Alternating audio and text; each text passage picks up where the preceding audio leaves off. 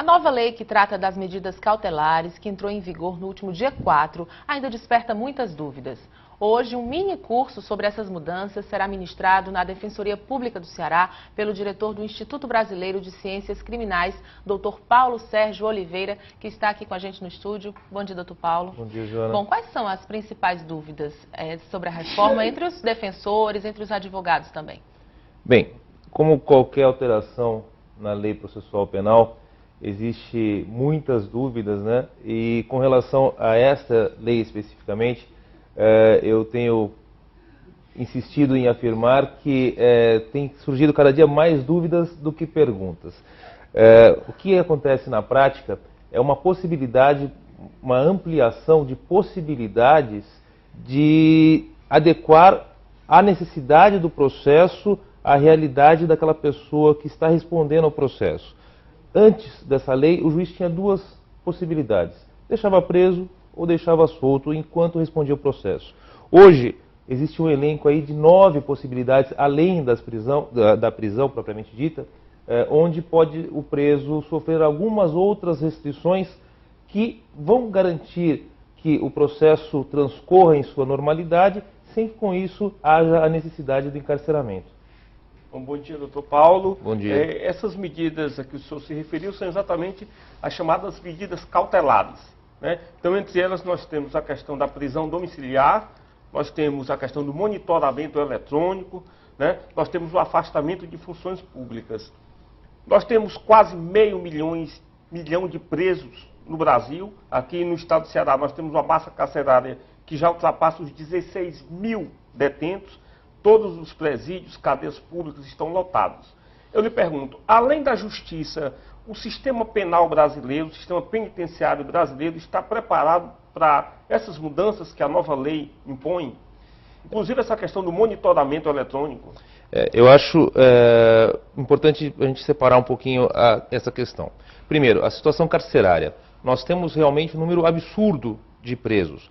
Mas, mais do que esse número absurdo de presos, é o número absurdo de presos provisórios. Os presos que ainda não têm uma definição de se são ou não os responsáveis por determinados crimes. De forma que nós temos um estudo em nível nacional que nos aponta alguma coisa próximo de 40% a 44% de presos provisórios. É um número altíssimo.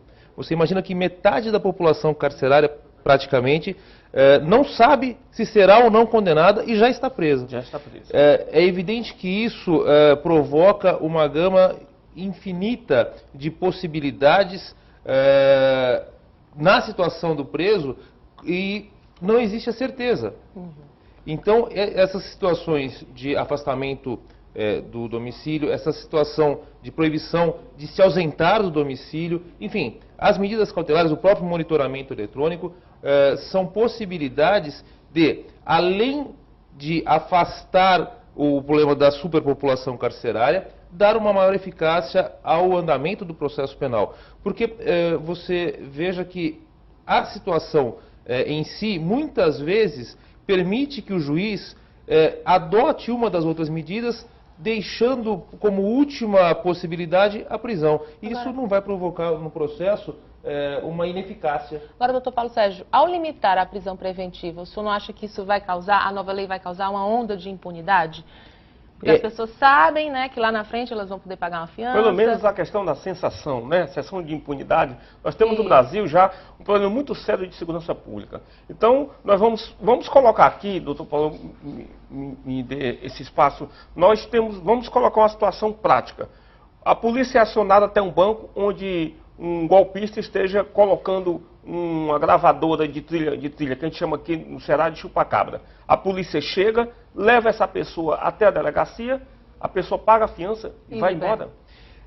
Veja bem, depende muito do crime que esteja sendo apurado, né? Por quê? Porque não é uma coisa genérica, olha, não existe mais flagrante. Não, o flagrante continua existindo, a pessoa é presa em flagrante. O que muda é que o juiz, imediatamente, ou nas 24 horas subsequentes à prática do crime, ele tem que analisar se o crime a ser apurado se enquadra numa possibilidade de deixá-lo aguardando o processo em liberdade ou se ele permanecerá preso. Não acabou a prisão. mesmo a prisão preventiva não acabou. Certo, mas ampliou o arbitramento de fiança. Exatamente. O que aconteceu é limitar a possibilidade de prisão preventiva aos crimes mais graves. Embora pareça, e muitas pessoas propagam que isso acaba se travestindo de impunidade, isso não é verdade. Por quê? Na realidade, todos os crimes que na hora da aplicação da pena, essa pena não é superior a 4 anos, o juiz já tem a possibilidade, e melhor, o dever de aplicar uma pena alternativa. Então veja que não teria razão alguma da pessoa responder o processo preso, se no final ela já ficaria solta. Na realidade, o que houve foi uma adequação disso, é possibilitar que, se ela não ficará presa no final, por que deixá-la presa enquanto responde o processo? Ok, doutor Paulo Sérgio Oliveira, muito obrigada pela sua participação, sua vinda ao Bom Dia Ceará. Boa sorte lá no curso, tá bom? Muito obrigado. Bom dia, Fernando.